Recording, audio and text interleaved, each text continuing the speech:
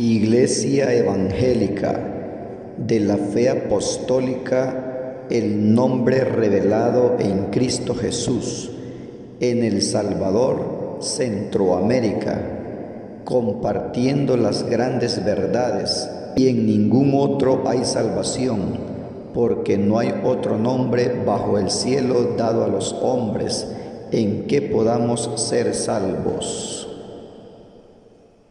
La paz del Señor Jesús sea con todos, hermanos, en esta hermosa hora. Sean bienvenidos en el nombre del Señor Jesús. El Señor nos ha concedido, hermanos, la oportunidad de estar reunidos una vez más en su casa de oración. Ya que nosotros, hermanos, a través de su bendita palabra entendemos que es una gran bendición. El que nos conceda la vida, el que nos permita estar, hermanos, es lo mejor de lo mejor para nosotros. Porque hago ese análisis. Porque realmente, hermanos, cuando el ser humano ya está incapacitado para congregarse, nosotros somos testigos que anhelan y desean estar congregados. Todos somos testigos de lo que yo estoy diciendo, que cuando ya hay una incapacidad en alguien, desea estar acá y desea estar con sus hermanos y dice: yo sé que a esta hora están en culto, sé que a esta hora están cantando, y hay un gran deseo cuando hay incapacidad en algunos hermanos de poderse congregar por cualquier razón. Entonces, el hecho de que estemos aquí, hermanos, es un gran privilegio, porque sabemos de que venimos a aprovechar el tiempo para lo que concierne a la vida eterna. O sea, provecho espiritual, hermanos, es el que nosotros obtenemos en este lugar. Y eso, hermanos, es lo que nosotros anhelamos alcanzar, ¿verdad? Según sus promesas, hermanos, vida eterna.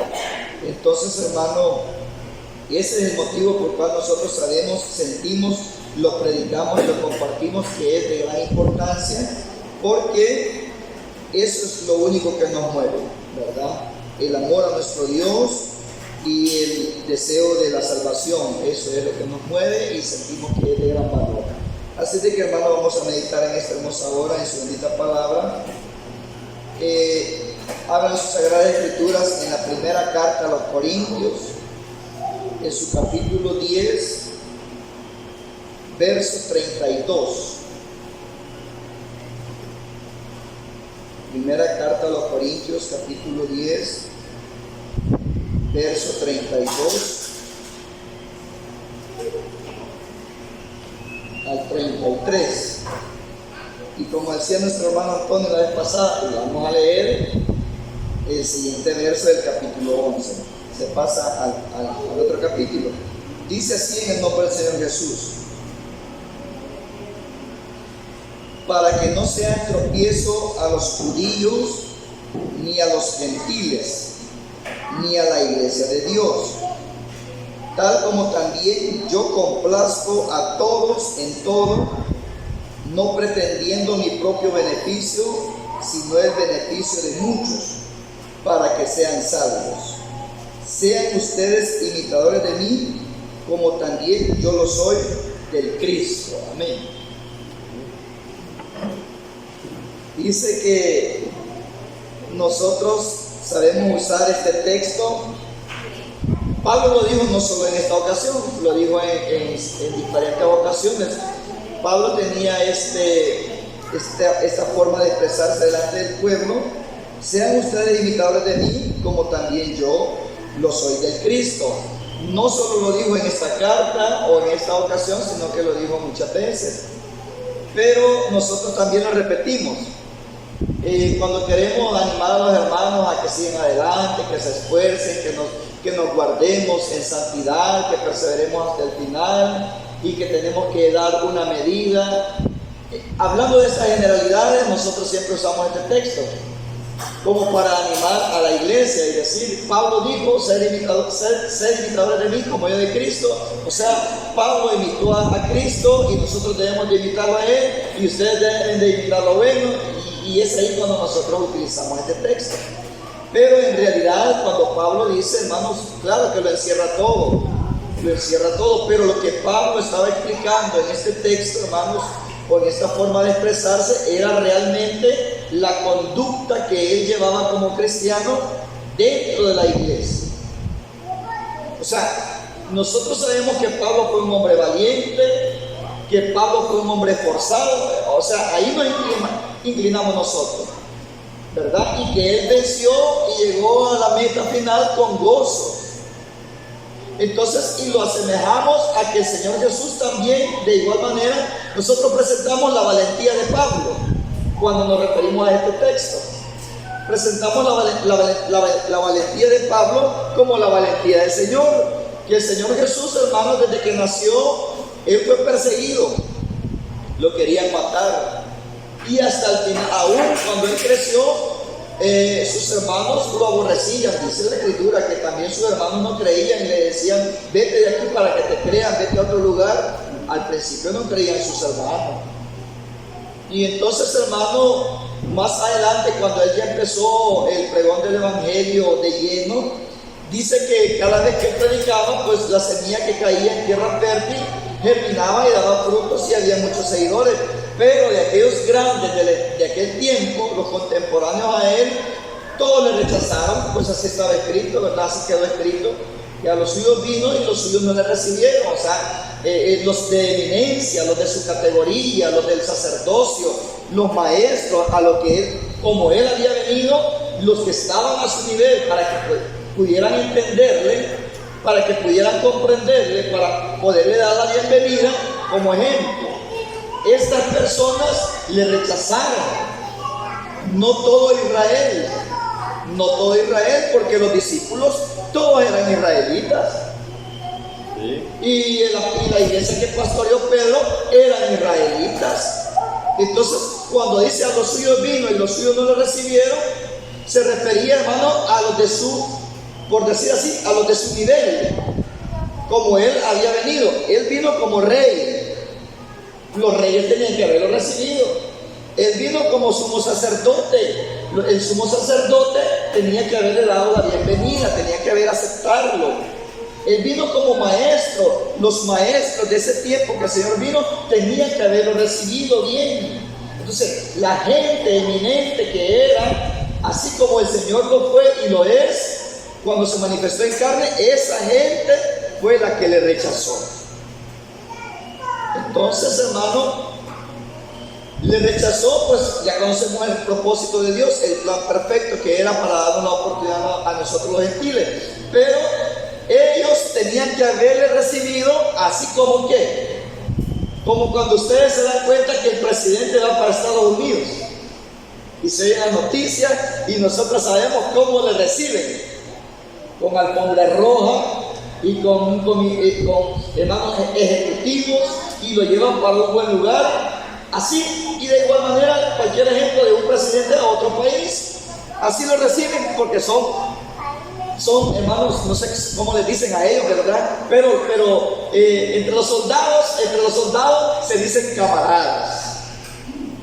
Entre los profesionales se dicen colegas, ¿verdad? Y cada quien en su diferente área tiene, pero que se refiere que son del mismo grado, del mismo nivel.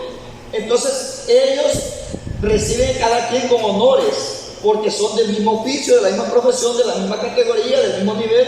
Entonces así tenían que haber recibido al maestro, con honores, con alabanzas, porque llegó el Rey de Reyes y Señor de señores.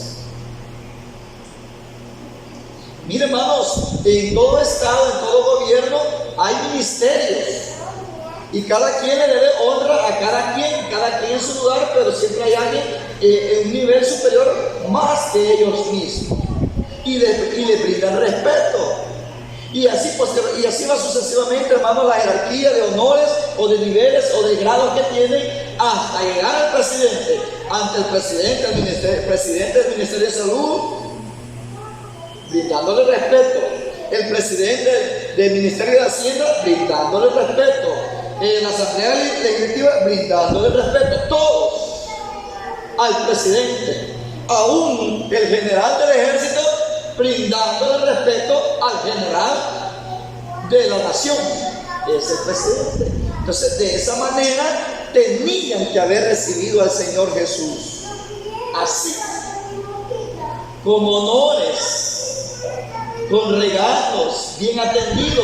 Pero cuando el Señor se manifestó a esta tierra y nació como un niño, nosotros nos damos cuenta que fue todo lo contrario. Aquel rey les dijo a los sabios del oriente, dijo: díganme a dónde ha nacido para que yo vaya también y lo adore. Pero en él ya maquinaba un mal pensamiento. Lo que él quería era matarlo, porque más adelante salió a la luz lo que había en su corazón, ¿verdad, hermano? Mandó a matar a todos los niños menores de 2 años, a toditos. Y un gran lamento. ¿Por qué? Por causa del Señor Jesús. ¿Por qué? Porque lo amaban, porque lo rechazaron desde niño. Y cuando ella empezó a predicar, y los gentiles empezaron a abrir su corazón, porque se abrió su corazón, y el Señor es muy claro cuando aquella mujer sirofenicia se le acerca y le dice: sálvame, ayúdame, Señor, porque mi hija está atormentada, o sea, mi simiente está atormentada, a veces cae en el fuego, a veces cae en el agua, entonces ayúdame. Y el Señor ahí le recalca una vez más su postura, su posición correcta, y le dice: yo no he venido a los gentiles, yo he venido a la casa de Israel. No es correcto que lo que es para los hijos yo se lo dé a los perrillos. Entonces él declaró a qué había venido. Pero sin embargo, el Señor sintió que en los gentiles halló mucha fe, igual que aquel centurión: maestro, solo di la palabra y mi siervo sanará, porque yo tengo a cargo hombres. Yo les digo a este: va, ve y va, ve y viene. Así es que solo di la palabra y mi siervo sanará. Y el Señor se empezó a dar cuenta que en los gentiles fue abierta la puerta. Los gentiles abriendo el corazón para recibir al Señor. Entonces, hermano, en ese tiempo de predicación, el Señor dice, aquí vemos registros de que siempre lo enfrentaban los fariseos, los saduceos, los ancianos, los maestros, lo enfrentaban al Señor y querían apedrearle, lo amenazaban, lo insultaban, tanto así que le dijeron que por príncipe de Belcebú echaba fuera los demonios. Y le dijeron en repetidas veces: este demonio tiene, mire cómo trataron al maestro. Entonces, hermano, nos damos cuenta nosotros de que el Señor todo el tiempo desde que estuvo acá en esta tierra, mire, estuvo acá en esta tierra aproximadamente 33 años. 33, 35, 36, 30 años aproximadamente estuvo en esta tierra. Entonces, mi hermano, 33 años aproximadamente. Entonces, porque comenzó su ministerio a los 30 años, entonces, hermano, 33 años y medio, 33, como dice el himno, 33 años y medio, ¿verdad? Pero el tiempo desde que él nació hasta esa fecha, hasta esa edad, solo fue de sufrimientos. O sea, una corta vida, un periodo de vida muy corto, pero sufriendo. Y desde que él apareció, solo vino a hacer favores. Él vino a ofrendar su vida. Él vino a predicar. Él vino a sanar. Él vino a libertar, a darle vista a los ciegos. Hizo hablar a los mudos. Hizo caminar a los paralíticos, a los cojos. Él sanó a los mancos, resucitó muertos, reprendió espíritus, reprendió a los demonios que estaban poseídos en muchos cuerpos, vino a libertar a muchos. Mire todo lo que hizo el Señor. Pero sin embargo, hermano, le rechazaron, hasta que le dieron muerte y muerte de cruz. Entonces, ¿por qué se dice y muerte de cruz? Porque pudo haber muerto de diferentes formas. Pero la muerte en el madero era la muerte más cruel. Simbólicamente hablando, esa muerte solo era para los más asesinos, para los criminales, para los que merecían morir de una muerte horrenda. Para ellos era ese tipo de muerte. Entonces, como él era digno de muerte según aquellos, porque había blasfemado, porque vino a poner en contra de la ley de Dios, hermano, y vino a ponerse en contra, según ellos, a contradecir toda la ley, era digno de muerte, una muerte horrenda. Por eso es muerte de Dios. Entonces, yo enfoco lo del Señor Jesús, porque Pablo dice, quiero ser bastante breve, pero que se logre comprender. Pablo dice: ser imitadores de mí como yo de Cristo. Y si el Señor, nosotros ya vemos cuál fue su trayectoria, fue de sufrimiento, que lo aborrecieron por hacer el bien, solo por hacer el bien. Miren cuánto le gritaban: hijo de David, ten misericordia de mí. Y él que decía: ¿qué queréis que os haga? Queremos recobrar la vista, queremos que nos limpie de la lepra, queremos que sanes a mi hijo, queremos sanidad porque mi esposa está enferma, mi hijo ha muerto. Y miren, favores tras favores tras favores. Y por esos favores, en cierta ocasión, el Señor le dice: ¿y por cuál de las buenas obras ustedes me quieren apedrear? Mire qué bonito, hermano, mire qué bonito. ¿Por cuál de las buenas obras ustedes me quieren apedrear? No pudieron contradecir al Señor esas palabras que Él dijo. Ellos confirmaron y dijeron: no te apedreamos por buena obra. Ellos le hubieran dicho: ¿cuál buena obra? Si era palpable, hermano, ahorita que Él hacía muchas obras, muchas maravillas, muchas señales, muchas sanidades. Y aquellos le dijeron: no te apedreamos por buena obra, sino porque tú, siendo hombre, te haces Dios. Esa es blasfemia. Por eso le apedreaban. Ellos aclaraban. Ellos, miren, aquellos grandes, y hasta la fecha lo rechazan. Hasta la fecha. Es que el tiempo no se ha llegado. Hasta la fecha lo rechazan. Están igualitos que en el tiempo que el Señor estuvo aquí en carne. Porque el Señor está con nosotros, pero en espíritu. Él es el Espíritu Santo. Pero cuando Él estuvo manifestado en esta tierra en carne, así como lo rechazaban, de igual manera lo rechazan todavía, por hacer obras buenas. Y Él vino a servir o a ser servido. ¿A qué vino el Señor Jesús? A servir. Pero vamos siguiendo la secuencia. Aquí hay muchos textos, pero a muchos textos uno se queda atrás, perdido, y ya no entiende hasta no se acuerda uno. Pero aquí vino el Señor a servir o a ser servido. ¿A qué vino el Señor, hermano? A servir. El Maestro de maestros, el Rey de reyes, el Señor de señores, vino a complacer a la humanidad. Y vino a otorgarle vida eterna. Él nos coronó de favores y misericordias. Hermanos, Él nos coronó de favores y misericordias. Vino a servirnos, vino a sanarnos, vino a libertarnos, vino a darnos la salvación, vino a abrirnos los ojos. Nos enseñó a caminar en el camino de santidad. Nos ha dado conocimiento. Todo eso hizo el Señor por nosotros. Todo eso hizo por nosotros. Ahora figúrese usted, o imagínese, como querramos decirlo, cómo se sentían aquellos que veían al Maestro personalmente. ¿Cómo cree que se sentía? No sé si usted se siente agradecido. Analiza lo que estoy diciendo, qué es lo que Él ha hecho con nuestras vidas, a dónde nos tiene, en lugares especiales, donde nos tiene en un lugar reservado, solamente esperando el arrebatamiento de la iglesia, a dónde nos tiene cuando este mundo está entretenido en la maldad y está enceguecido, hermano, en su corazón. No puede ver la luz del Evangelio, no puede ver el resplandor de la bendita palabra, no puede entenderla, no puede verla, está sumergida en tinieblas, y nosotros estamos en luz. Pero es por misericordia de Dios, pura misericordia de Dios.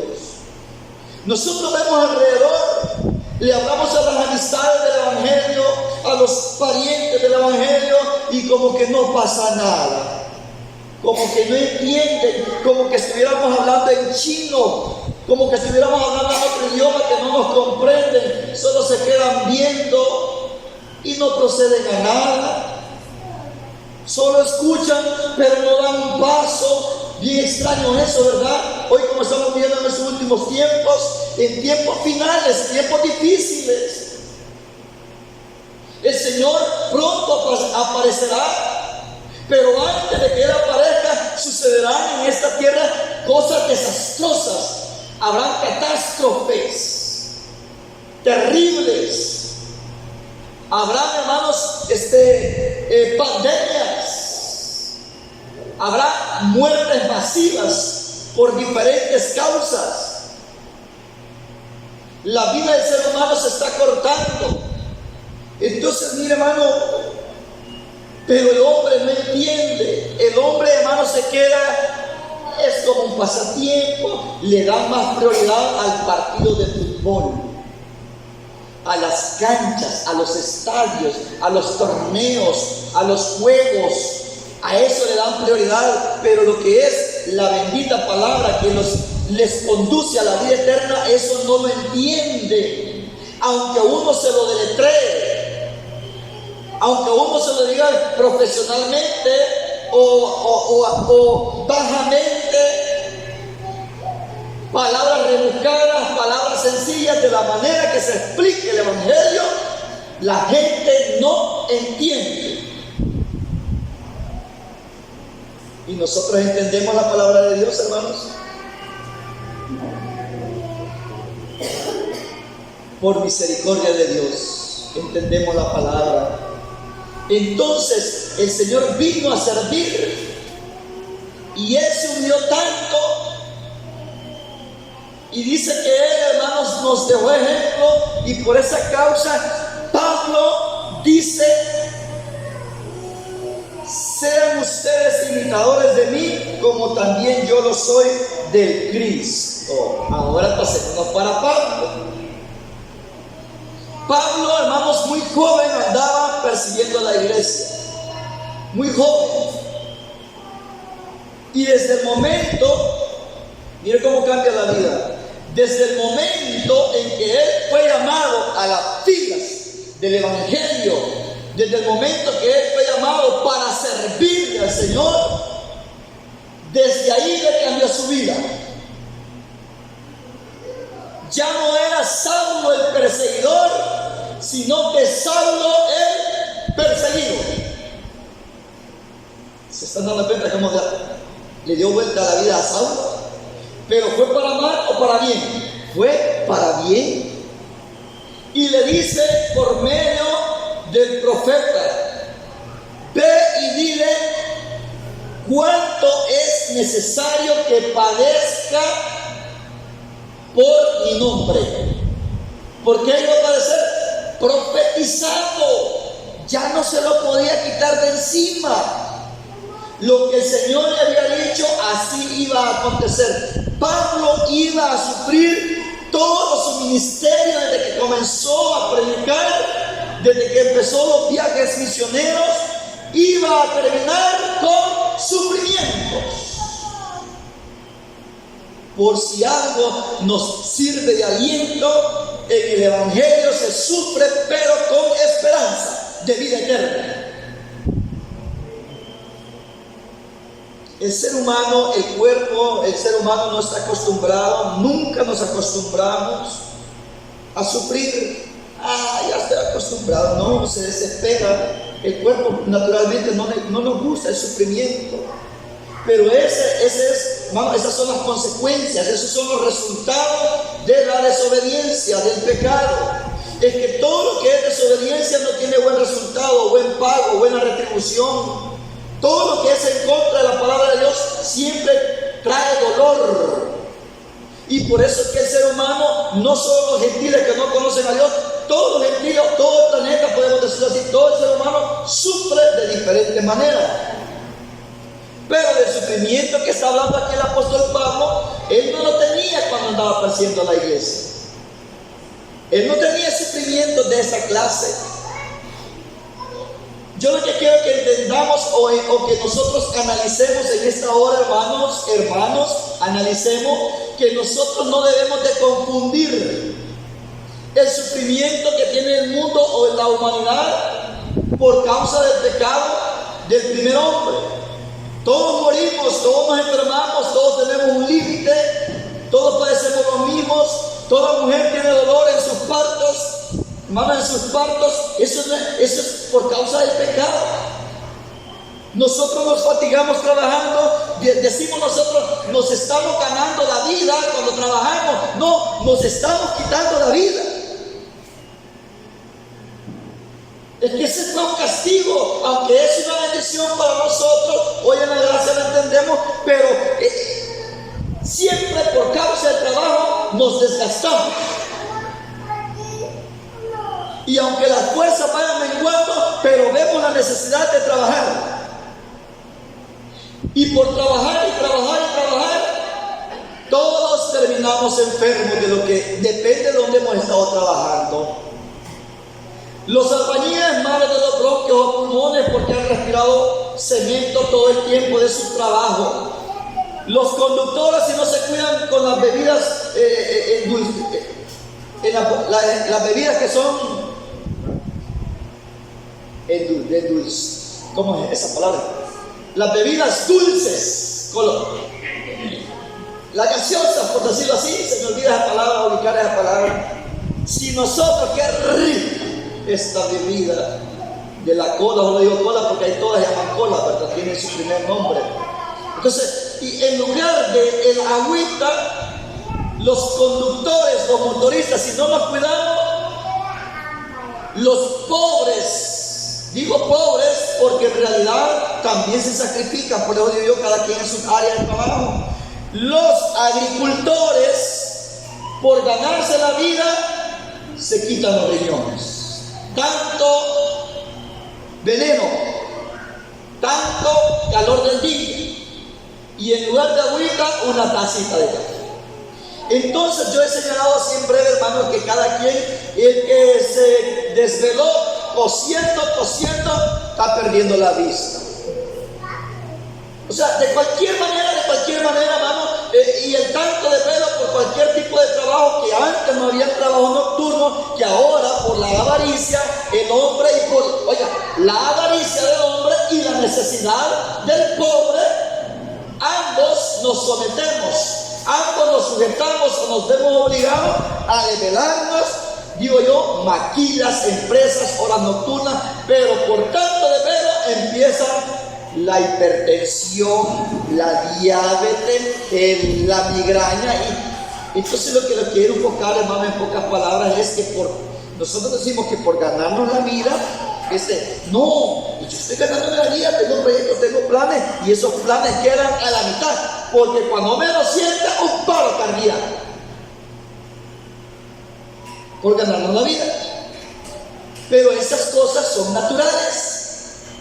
Ese es el resultado de la primer desobediencia del hombre. Entonces, una es el sufrimiento natural por causa del pecado. Y otra cosa es el sufrimiento dentro del Evangelio por causa del Señor. Eso quiero separar yo, para que nosotros veamos y cobremos ánimo y nos demos cuenta que muchas cosas que están aconteciendo son naturales de la vida. Son naturales. Que ya me empieza a doler aquí, que me empieza a doler allá. Eso es natural, no es por causa del Evangelio, no es por causa del Señor, porque lo mismo está padeciendo la gente allá afuera. Lo mismo. Son cosas naturales. No es por causa del Evangelio, no es por causa del Señor. Entonces, Pablo, mire, la vida de Pablo, un hombre, hermano, que él tenía autoridad, él perseguía, pero cuando se llegó al Señor, le cambió todo. ¿A cuánto nos ha gustado ese cambio? ¿A cuánto nos ha gustado ese cambio al venir al Evangelio, hermano? Mire, pocos dicen amén. ¿A cuántos nos ha gustado ese cambio de venir al Evangelio, hermano? Si yo no hubiera estado en el Evangelio, en otros pañales estuviera, dijeron. Si yo no hubiera estado en el Evangelio, quizás yo fuera la esposa del presidente, dijera el hermano. Si yo no hubiera estado en el Evangelio, ay Dios, yo te hubiera comprado todo el chalatenango para mío. Hermano, la vida cambia. Y entonces Pablo vino a esta tierra con un pensamiento diferente, de agradar a Dios de una manera, hermano, que ya no era correcta. Ya el Señor ha cambiado el plan de salvación y se le presenta y le dice: Saulo, Saulo, ¿por qué me persigues? Entonces viene Saulo, hermano, así más breve, porque mucho me extendí en esta explicación, más breve le dice: ¿por qué me persigues? Dura cosa es dar cosas contra el aguijón. Tú pretendes hacer lo correcto, pero estás haciendo lo malo. ¿Qué quieres, quién eres, Señor, y qué quieres que haga? Empieza, hermano, el cambio en el corazón del hombre. El cambio en el corazón de Pablo empieza después de que Pablo, con arrogancia, por ser joven, por tener autoridad, por tener algo delegado, por haber sido instruido en el mejor instituto, dice que él, hermano, se sentía orgulloso. Posteriormente, ¿quién eres, Señor, y qué quieres que haga? Comienza la transformación, comienza ese cambio. Después de que él iba a ser, después de que él perseguía y consentía la muerte de Esteban, dice la palabra que a él se le fue profetizado que iba a aparecer mucho por el nombre del Señor, por causa de la predicación. Entonces ahora nosotros vemos la valentía de Pablo. Ahí es donde nosotros nos enfocamos siempre cuando mencionamos este texto. Sean imitadores de mí, como he dicho. Esa valentía de Pablo, nosotros vemos que el Señor también vino con valentía en esta tierra y venció y triunfó. Porque cuando le abofeteaban, cuando lo latigaban, cuando lo escupían, profetízanos quién te golpeó, él cayó. Cuando le clavaron, cuando le pusieron la corona de espina y le decían a aquellos injuriadores: si eres hijo de Dios, sálvate; si eres hijo del Todopoderoso, sálvate a ti mismo y sálvanos a nosotros. Mi hermano, aún en condiciones precarias, lo insultaban, se burlaban de él, lo alancetearon, y en todo eso él guardó su boca, no dijo nada, hasta que abrió su boca y dijo: consumado es. O sea que él triunfó, vino a hacer el bien, y la recompensa, el pago, fue persecución y muerte. Pablo empezó a sufrir por causa del Evangelio, pero queda algo oculto allí cuando nosotros enfocamos solo la valentía, que él desde que comenzó nadie lo detenía. Refutaba a todos, atenienses refutaba a todos, Damasco refutaba a todos en aquellas provincias, y él iba confundiendo a la gente, y por eso los alborotó. Por ahí lo enfocamos nosotros, pero veamos la conducta de Pablo internamente, personalmente, dentro de la iglesia, el reflejo, el testimonio de él, en qué forma cambió. ¿Usted cree que el fariseo veía por sí mismo? Él era fariseo, así dijo: fariseo de fariseo, dijo, de la secta más rigurosa. De eso era Pablo. Saulo, antes llamado Saulo. Y los fariseos, hermanos, no andaban viendo el bien de nadie. Ellos no andaban viendo el bien de nadie. Lejos de esto, a las viudas y a los huérfanos, hermanos, se aprovechaban de las viudas y los huérfanos. Ellos no andaban viendo como ojos misericordiosos a los gentiles. Ellos ninguna buena obra. Ellos solo, hermanos, hacían rigurosamente, mecánicamente, solamente lo que estaba en la ley, y ya lo habían transformado también. Habían dejado la ley de Dios por seguir mandamientos de hombre. De esos era Pablo. Y Pablo dice unas palabras: yo lo he dejado todo, lo estimo todo por basura, por ganar a Cristo, por el conocimiento del Señor. Por eso he cambiado y lo estimo todo por pérdida. Una de las cualidades de Pablo: él cambió su vida, su estatus social, lo cambió por el conocimiento del Señor, lo cambió por la vida eterna. Y el texto que hemos tomado en esta hora, mire, dice así: por tanto, dice el 32, para que no sean tropiezo a los judíos, ni a los gentiles, ni a la iglesia de Dios, tal como también yo complazco a todos. Oigan, sed imitadores de mí, así como yo lo soy de Cristo. ¿En qué? Repito, nosotros lo hemos enfocado este texto cada vez solamente en la valentía, en la energía de Pablo para servirle. No, Pablo, cuando dijo esas palabras, estaba hablando de su conducta, que la conducta de Pablo servía para que los creyentes alcanzaran la salvación. Depende de nuestra conducta, aunque la salvación sea individual, depende de su conducta. Si está imitando al Señor y está imitando a Pablo, que las almas se salven. Hay quien que piensa egoístamente, hay quien que piensa solo para su provecho. Dice la palabra acá: sean imitadores de mí. ¿Y en qué ocasión estaba diciendo estas palabras Pablo? Porque habían problemas acerca de la comida. Unos decían que carne no, otros decían que solo legumbres. Habían débiles y habían fuertes. Para el fuerte todo se podía comer como acción de gracia. Ahí habían problemas. Desde ahí va, bien como dice: tal como también yo complazco a todos en todo. Mira lo que hacía Pablo. ¿Y a qué vino el Señor? A complacer a la humanidad. El Señor vino a complacer a la humanidad, y a Él nadie lo complacía. Pablo aprendió a complacer a todos, y eso es lo difícil de estas palabras: sean imitadores de mí como yo de Cristo. Hermanos, ¿se está escuchando lo que estoy diciendo ahorita? Aquí me voy a centrar. De todo lo que he hablado, ese es el centro del mensaje. Cuando Él dice: sean imitadores de mí como de Cristo, Él se estaba refiriendo a que Él no era tropiezo para nadie. Y alguien pretendiendo agradar a Dios puede ser tropiezo para su hermano cuando se porta de una manera egoísta.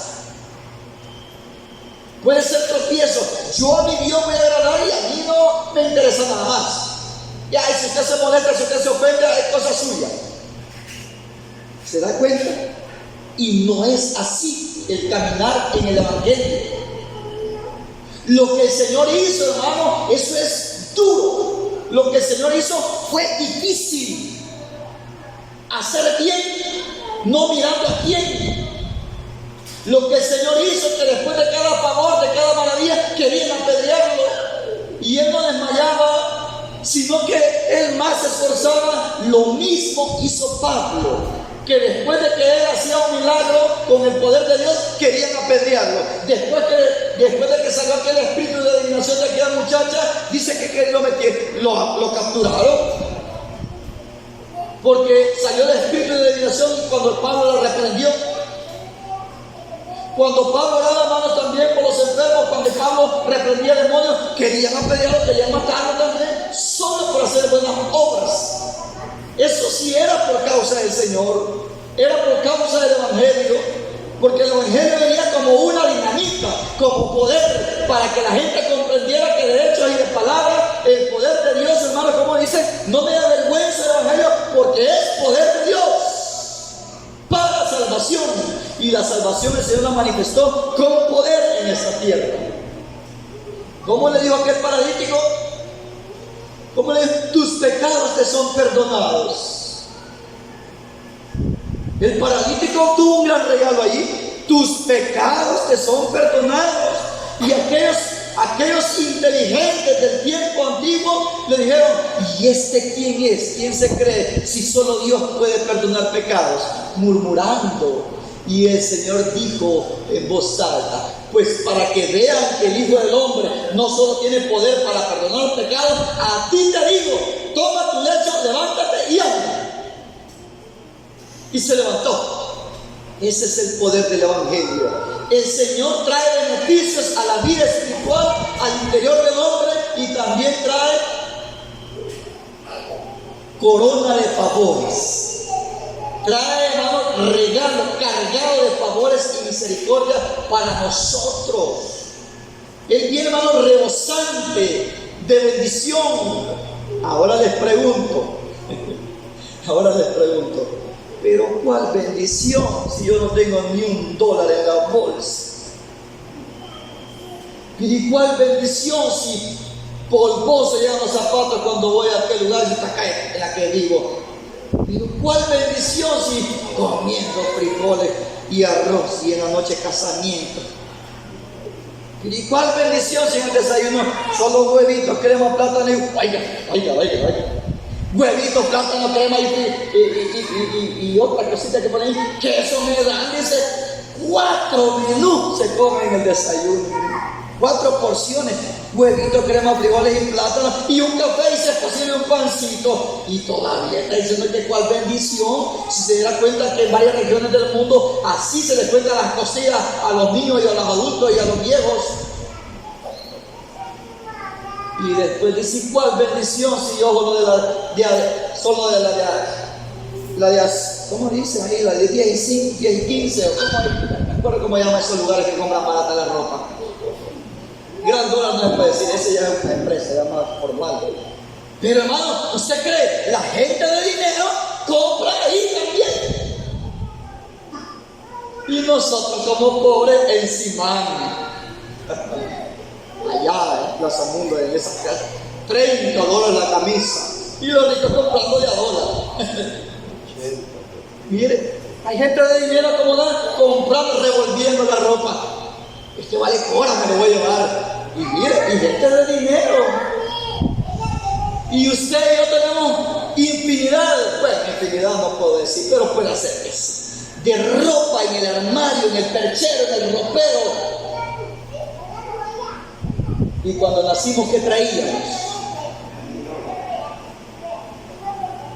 Ni con el diaper veníamos, nada traíamos ahí, nos pusieron un diaper, un pamper ahora. Y ahora, al menos los más pobres, 3 pares de zapatos.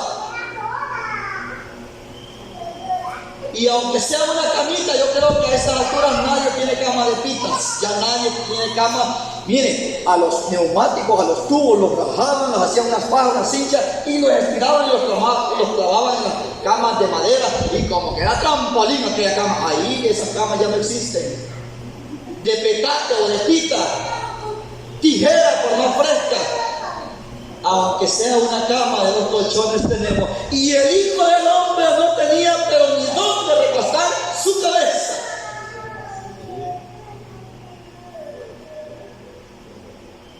Pero yo me he ido muy lejos, pero ahora tenemos casota tenemos.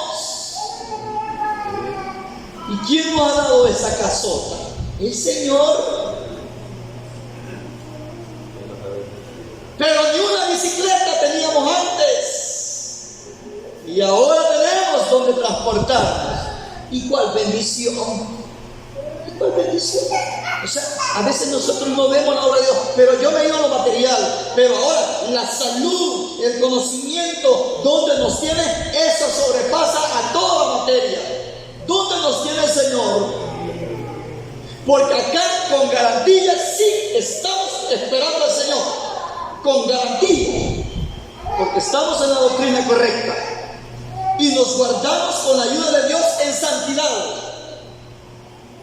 Hay gente que habla, dice, la sana doctrina, y con argollas, con pantalones, diciendo que son de sana doctrina. De sana doctrina, y haciendo un gran relajo en los cultos. Parece eso ya carnaval.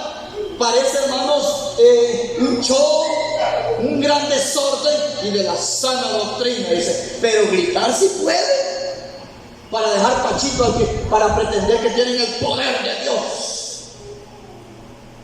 Pobrecitos.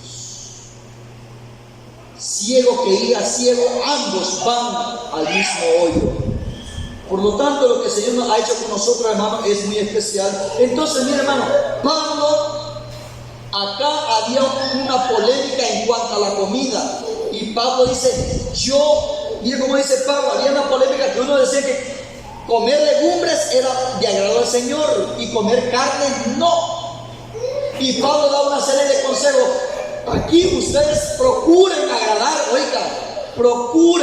dice procure, ustedes agraden a los judíos, agraden a los gentiles, no se estaba refiriendo, porque después dice, y a la iglesia. Usted y yo como hijos de Dios tenemos que agradar a todos, para que vean que usted sí es hijo de Dios. Porque mucha gente por ofensiva, mucha gente por agresiva, es vituperada y dice, ay, pero está predicando con este megáfono y con la Biblia en la mano. Aquellos les estoy diciendo, aquellos que están encerrados en cuatro paredes, porque yo ando predicando, salen aquí a ver si son valientes, van a predicar a los parques. No salen a predicar, salen a ofender. Y por eso empiezan a sufrir, los afrentan, los golpean.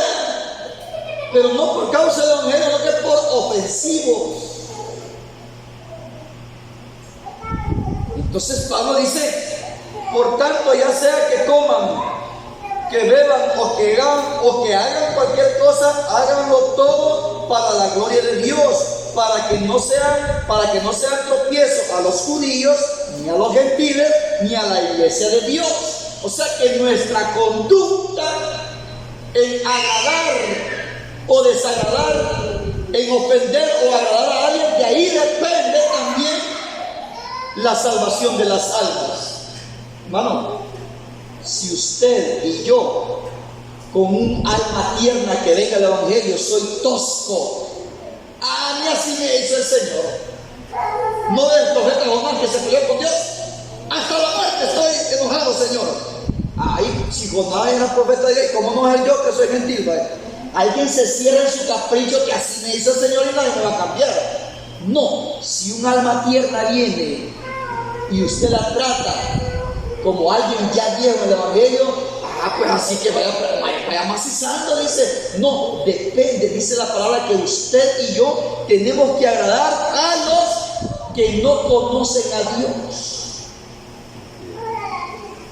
Que porque el vecino no teme a Dios, yo le voy a decir, hijo del diablo, arrepiéntase. Yo le estoy diciendo la verdad con la palabra de Dios. La está ofendiendo. Mi hermana de poco me contaba que él siente que dañó a alguien, que le dijo, ajá, hijo, ¿qué tal? Dije que le digo. Y al momento le dice, no te alegres que te digo hijo, te digo hijo del diablo. Se enojó el muchacho porque le digo hijo del diablo. Pues sí, pero él en confianza le digo, ajá, ¿qué tal, hijo? Pero no te vayas alegrando que te digo hijo porque yo soy tu papá. No, te estoy diciendo hijo del diablo, le digo. Mira, hermano, pero él ha entendido que lo ofendió y por eso ha visto que ha cambiado. Hay cosas que sí nosotros podemos aferrarnos que son ciertas y estamos en lo correcto, pero decimos a ofender y a ofender. Y Señor, ¿y por qué no crece la obra, Señor? Si nuestra conducta no es como la del Señor Jesús, que Él vino a agradar. Pablo vino a agradar. Dice, no, yo procuro no ofender. Oiga, no ofendo a judíos, gentiles, ni a la iglesia. Así imítenme a mí. Procuren agradar a los demás. Yo no busco mi propio bien. Yo busco cómo agradar a los demás. ¿Se da cuenta cómo está la situación? Alguien quiere venir al evangelio, hermano, y la primera vez que viene al culto recibe una pedrada. Pero como estamos llenos del Espíritu Santo, dale, pedrada tras pedrada. Si se viera en una visión cómo se va el amigo, hermano, cómo se va el pariente, no queda con ganas de venir. Y venía con ánimos, el Señor le había tocado su casa, pero hay otro concepto que otro dice, ¿qué de Dios se queda? Esas palabras son las que usamos muchas veces por justificar nuestros errores. El que es de Dios es de Dios. Va a oír palabras de Dios. Y el arbolito desde chiquito, cuando es zarandeado, es azotado por el viento, él se agarra y va profundizando raíces, porque desde chiquito está forjándose. No, el proceso de la creación no es así. El niño se trata como niño, el niño se le da leche, el niño se le enseña a caminar. Pero a veces nuestra conducta, nuestro genio, más claro, nuestro genio no edifica. Dice así: tal como también yo complazco, dice Pablo, a todos en todo. Yo sé que voy a ofender a la hermana Cintiquita, y yo no lo hago, aunque yo tengo derecho de ofenderla. Tengo derecho, digo yo, porque soy hijo de Dios, tengo la autoridad. Tengo yo como ofender a mi hija, tengo yo como ofender a la hermana Susi. ¿Y por qué se está durmiendo? Ese fue un gran error que se cometió hace tiempos. Y que aquí tiene mal espíritu, que está durmiendo. Usted no sabe si está enfermo, si ha desvelado, no pudo dormir, pero cómo se siente bien, está despierto, porque aquí vienen a edificarse, dormido no va a escuchar nada. Y así que pretendiendo edificar la iglesia, ¿verdad que bien fácil nos equivocamos, hermano? Así de fácil nos equivocamos. O sea, nuestra forma de actuar, nuestro carácter, nuestro temperamento, nuestro genio, como querramos decirle, a veces de ahí depende. El hermano le va a dar la mano, pero él no. Puntadito el dedo, porque se va a contaminar. ¿Qué mentalidad? Entonces, mira, y así mire, el ser humano con cualquier cosa se ofende, se desagrada. Y ahora procurar agradar a todos es una gran tarea. Eso es lo que Pablo hacía. Eso es lo que el Señor hizo. Vino a servir y no ser servido. Y cuando alguien sirve, hay muchos agradados. Pablo vino a servir también. En los viajes misioneros él daba su vida. Y él no fue gravoso a nadie. Él gastaba por sí mismo, para sí mismo. Él no fue carga de nadie. Pero acá en el problema eso dice así: tal como también yo complazco a todos en todo, no pretendiendo mi propio beneficio, sino el beneficio de muchos, para que se salven. Mire la actitud de Pablo. Pero veamos por acá, hermano, el tiempo pasó rapidito. De 2 Corintios 12, 2 Corintios 12, 14. Veamos qué dice acá. 12, 14. He aquí, esta es la tercera ocasión que estoy presto para ir a ustedes, pero no les seré carga, porque no busco lo que es suyo. Mire cómo era Pablo. No busco lo que es suyo, sino a ustedes, porque no son los hijos los que tienen la obligación de atesorar para los padres, sino los padres para sus hijos. Mire cómo se ponía Pablo, como un padre, así como usted y yo nos sacrificamos por nuestra familia. Oiga, así como usted y yo nos sacrificamos por nuestros hijos, para verlos crecer, para educarlos, criarlos, que se vistan, que coman. Así Pablo se veía para con la iglesia. No se preocupen, yo no busco nada de ustedes, no busco dádivas, no busco regalos, no busco ofrendas, yo no busco nada de ustedes, yo no busco nada de su cosa. Yo a ustedes es que los quiero, dice. Y en otra porción dice: yo no busco nada de ustedes. Lo que yo quiero que es en vuestra cuenta, en cuenta de ustedes, hayan ahorros. En pocas palabras, yo lo que quiero es que ustedes crezcan y prosperen. Eso es lo que me causa de gozo. Eso me causa gozo. Entonces aquí así dice Pablo, miren. Así dice él. Vamos acá, hermano, en 2 Corintios 12, 14. Porque no busco lo que es suyo, sino a ustedes, porque no son los hijos los que tienen la obligación de atesorar para los padres, sino los padres para sus hijos. No obstante, con mucho gusto pagaré los gastos, y aún yo me daré a mí mismo por sus almas, aunque amándolos yo más y más. Oiga, esa invitación, oiga, amándolos yo más y más, ustedes me amen cada vez menos. ¿Y cómo estamos nosotros? Yo siento que aquí como que ya no van las cosas bien. Yo antes sentía, dice uno, que el hermano me quería, que la hermana me quería, la hermana ha cambiado conmigo y ya pues ya cambió conmigo, yo también voy a cambiar. Mire el método de la edificación. Y Pablo dice, aunque yo los ame más y más, y aunque yo los ame más, y aunque ustedes me amen menos, pero yo los voy a amar más. Mire el poder que había de Dios en el apóstol Pablo, que nada lo detenía del amor de Cristo. Nada lo hizo desistir ni cambiar su perfil como un buen guerrero con toda la armadura de Dios. Y el evangelio es el amor. Entonces el amor edifica. Y cuando uno ama, procura el bien del otro, procura no dañar al otro, procura no ofender al otro cuando uno ama.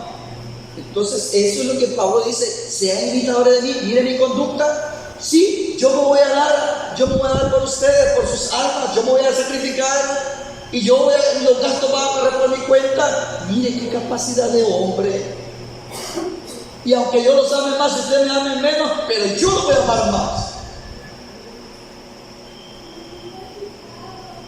Romanos 15, 1 a 7, hermanos. Mire cómo dice Romanos 15, 1 a 7. Así que nosotros, los que somos fuertes, mire el apóstol Pablo sabía que era fuerte. Y él dijo, todo lo puede en Cristo que me fortalece. Así que nosotros, los que somos fuertes, debemos sobrellevar las cargas, debemos sobrellevar las flaquezas de los débiles y no agradarnos a nosotros mismos. ¿Cuándo, cómo y por qué es que dijo, sean imitadores de mí como yo lo soy del Cristo? ¿Qué tuvo el Señor para poder cumplir la obra redentora? Amor suficiente. ¿Qué era el requisito primordial para el primer pastor de la iglesia que le dijo a Pedro? ¿Cuál fue el primer requisito? Mira, Pedro, yo necesito, pastor, mostrarme tu currículum. ¿Qué es lo que pedía el Señor? Dice Pablo, agraden a los demás, agraden a los paganos, agraden a los judíos, a los religiosos y agraden a la iglesia para que así se salven las almas. Para que así se salven las almas. Suficiente amor. Y le dice el Señor al apóstol Pedro, Pedro, ¿me amas? Señor, sí, tú sabes que te amo. Apacienta mis ovejas. Pedro, ¿me amas? Pastorea mis corderos. No lo diga el rey, pastorea y apacienta. Cuida y alimenta a mis ovejas. Porque para cuidar y alimentar a mis ovejas, lo único que necesitas no es una vara ni un callado. Lo que necesitas es amor suficiente. Porque el amor edifica. Entonces, mire, eso es lo que Pablo dice. Sean imitadores de mí. No se den la razón. Yo así soy, ese es mi criterio. Cada cabeza del mundo. Usted piensa así, yo pienso así. Y no me toca ni lo toco. Dice que cada quien agrade a su hermano, no buscando su bien propio. Así que nosotros, los que somos fuertes, debemos sobrellevar tengo bien grabada ya la versión Valera, ya en la mente. Así que nosotros, los que somos fuertes, debemos sobrellevar las flaquezas de los débiles y no agradarnos a nosotros mismos, sino que cada uno de nosotros agrade a su prójimo en lo que es bueno, según lo que sea para edificación, ya que ni siquiera Cristo se agradó a sí mismo, sino como está escrito, el vituperio de los que te vituperaban cayó sobre mí. Y todo lo que fue escrito en épocas pasadas fue escrito para instrucción nuestra, para que por la paciencia y por el consuelo de las Escrituras tengamos esperanza. El último textito, veamos el último textito. ¿Qué acabamos de decir? Que ni Cristo se agradó a sí mismo, ni Él se agradó a sí mismo. Filipenses 3:12. Aquí cerramos. Lo que nosotros procuremos imitar de aquellos grandes hombres. ¿Dónde es que hay beneficio? Filipenses, hermanos, 3:12 al 17. Dice, no que ya lo haya logrado, o que ya haya llegado a ser perfecto. Miren cómo habla Pablo, hermano, bien raro. Pablo dice una cosa, después dice otra cosa. Lo está hablando humanamente y posteriormente para consolar a la iglesia, lo está explicando de qué manera el Señor ve a la iglesia, para que ninguno se menosprecie el uno al otro, para que nosotros seamos razonables, para que veamos que estamos en esta naturaleza débil. Mire cómo habla el apóstol Pablo. No que ya lo haya logrado o que ya haya llegado a ser perfecto, dice que no ha llegado a ser perfecto, sino que corro para que quizás alcance aquello para lo cual fui alcanzado por Jesucristo. Hermanos míos, yo mismo no considero haberlo alcanzado, pero una cosa hago, cosas dignas de imitar, pero una cosa hago. Una cosa sé, olvidando lo que queda atrás y extendiéndome hacia adelante, como hacia la meta con el fin de obtener la victoria del supremo llamado de Dios por medio de Jesucristo. De modo que los que son maduros, que los que son maduros piensen estas cosas y piensen ustedes algo, y si piensan ustedes algo distinto, también esto Dios se lo revelará. Pero en esto que hemos alcanzado, sigamos por la misma senda y en una misma armonía. Hermanos míos, sean imitadores de mí y consideren a los que se conducen de este modo, conforme al ejemplo que ustedes ven en nosotros. Porque hay muchos que se conducen de otro modo, de quienes muchas veces les he hablado, y aún ahora lo digo lamentándolo, que son enemigos de la cruz de Cristo, cuyo final será perdición, cuyo Dios es su vientre y cuya gloria es su deshonra, porque solamente piensan en las cosas terrenales. ¿Se da cuenta? O sea, ahí está el pensamiento, ahí está el corazón de Pablo, pero en el 2:4, aquí está bien clarito lo del Señor Jesús.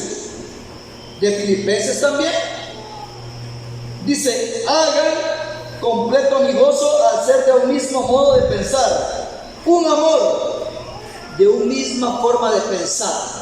El pensar de Cristo, el pensar de Pablo, el pensar que él estaba inculcando a la iglesia.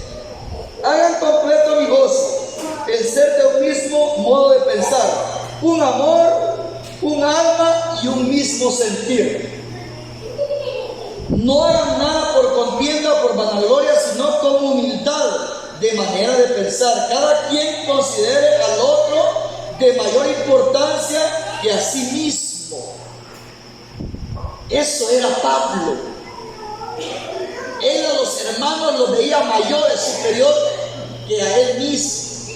Y por eso él se mantuvo con humildad y pudo compartir el amor de Dios para con la iglesia. Cada quien considere al otro de mayor importancia que a sí mismo. Que no se ocupe cada quien solamente, que no se ocupe, ahí con esto cerramos, hermano.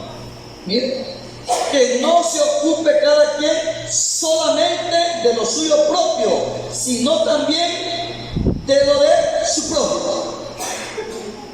Eso es lo que hizo el apóstol Pablo.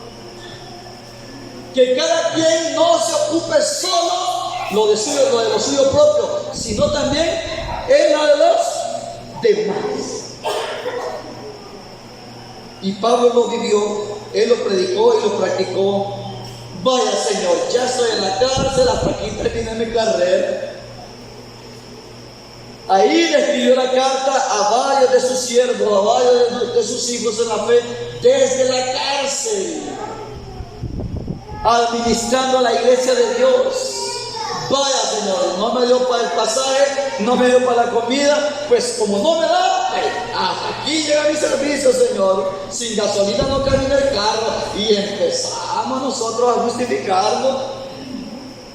Entonces, mi hermano, el apóstol Pablo fue un hombre que en realidad en todos los aspectos dio un gran ejemplo. Y él, esa palabra que decimos, y sean imitadores de mí como yo de Cristo, qué hermoso. Pero qué conducta, de qué manera él predicó el evangelio, de qué manera se condujo dentro de la iglesia. Pero con eso no estamos diciendo que el apóstol Pablo fue negligente. Fue negligente. Y en otra porción dice, no será indulgente, no será pasible, voy a usar de severidad.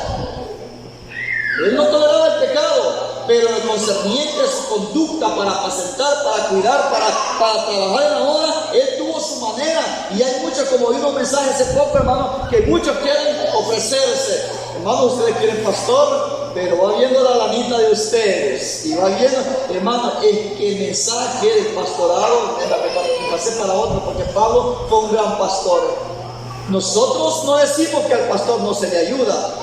Lo que nosotros martillamos, hermano, de voz en cuello, es que el pastor moderno se aprovecha de una herramienta o de una bendición o de algo que no le compete, que es el diezmo.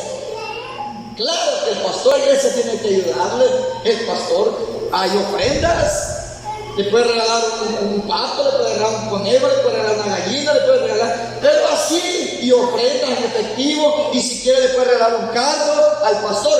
Pero lo que nosotros estamos en contra de la doctrina reglamentaria es que dicen que el diezmo es para el pastor. Error. El diezmo era para los huérfanos, para las viudas, para los huérfanos, para las viudas y para los extranjeros, y para el mantenimiento de los levitas. Para esas 4 cosas iba distribuido el diezmo: para los huérfanos, las viudas, los extranjeros y el mantenimiento de los levitas. Para 4 destinos era el diezmo. Y ahora dice, yo quiero ser pastor porque hay buen diezmo. Y mire cómo están borbandeando ahora ese tema del diezmo, hermano. Muchas iglesias están despertando y borbandeando que ya eso sí es una evidencia de los pastores. Eso es lo que nosotros aclaramos. Pero sí, el pastor de la iglesia tiene que ayudarle. Las ovejitas tienen que dar leche, tienen que dar lana, pero no de la manera diezmo. No es cuota fija. Yo quiero un salario de $2,500, de $3,000, dijo un cura que vino acá. Como soy cura, me ando exhibiendo como el apóstol Pablo, que el Señor lo transformó, pero quiero una cuota, le dijo a la iglesia. Quería una cuota, hombre sin vergüenza. Así que, hermanos, sigamos el ejemplo del apóstol Pablo. Veamos cómo tratamos a nuestros vecinos, veamos cómo tratamos a nuestros compañeros de trabajo, veamos cómo tratamos a la iglesia, veamos cómo tratamos a los de otra religión, hermanos. ¿Cómo los tratamos nosotros? Para que se conviertan a Cristo, el verdadero evangelio. Paz del Señor Jesús a todos, hermanos.